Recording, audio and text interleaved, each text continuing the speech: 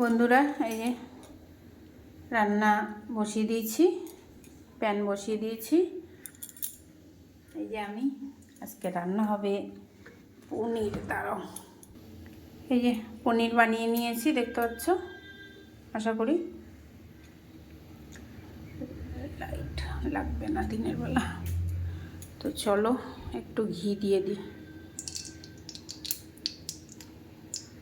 আজকে পনিরটা হবে ঘি বাটার দিয়ে, ঠিক আছে?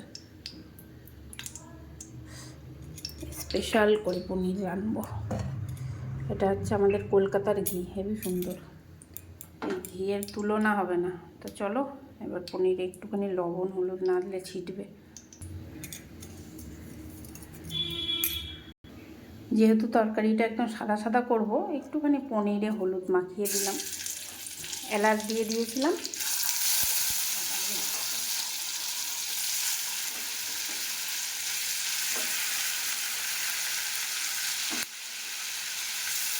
লবণ হলুদের কামাল দেখলো, বাইরে কিন্তু বেশি ছিটলো না।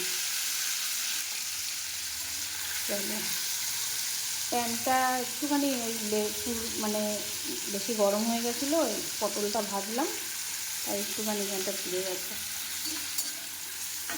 পনিরটা হালকা করে একটু ভাজবো। আর এখানে দিয়ে দিয়েছি দেখো কাজু বাদাম, টমেটো আর কাঁচা লঙ্কা। এখানে দেখো ব্ল্যাক পেপার দিয়ে দিয়েছি। চলো ভাজা হোক, মশলাটা করে নিই। তো বন্ধুরা দেখো, ভালো করে মিহি করে মশলাটা বানিয়ে নিয়েছি। এখন এটা দিয়ে দেবো। পনির কিন্তু বেশি ভাজবো না, ঠিক আছে? দেখো হালকা হালকা ভাজা হয়েছে। এবার মশলাটা দিয়ে দিচ্ছি।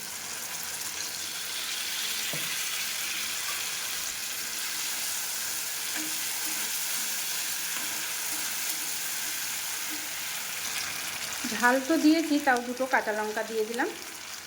যদি ঝাল ঝাল না লাগে তার দোলে খাবো, ছেলে আবার বেশি ঝাল খেতে চায় না। দই,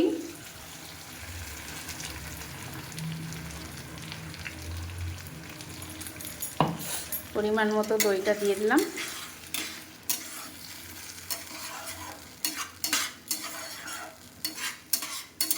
নামানোর আগে একটুখানি ধনে পাতা দেবো।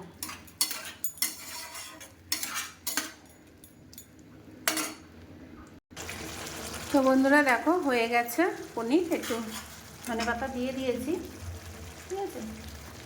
চলো এবার নামিয়ে ফেলবো, ঠিক আছে?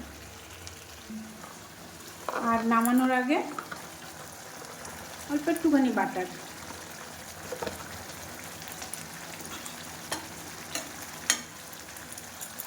তো দেখলে পনির রাঁধতে একদম সিম্পল। হ্যাঁ, সিম্পলভাবে পনির রান্না হয়ে গেল, ঝটপট। দই, টমেটো, কাঁচা লঙ্কা, ধনে পাতা, আহা হা, কী গন্ধ বেরোচ্ছে না? মন ভরে যাচ্ছে। চলো, তো পনিরটা এই প্লেটটায় নামাবো যাতে দেখতে ভালো লাগে, ঠিক আছে? কেমন হয়েছে অবশ্যই কমেন্ট করে জানাবে, আর আমরাও খেয়ে বলবো বিকালে।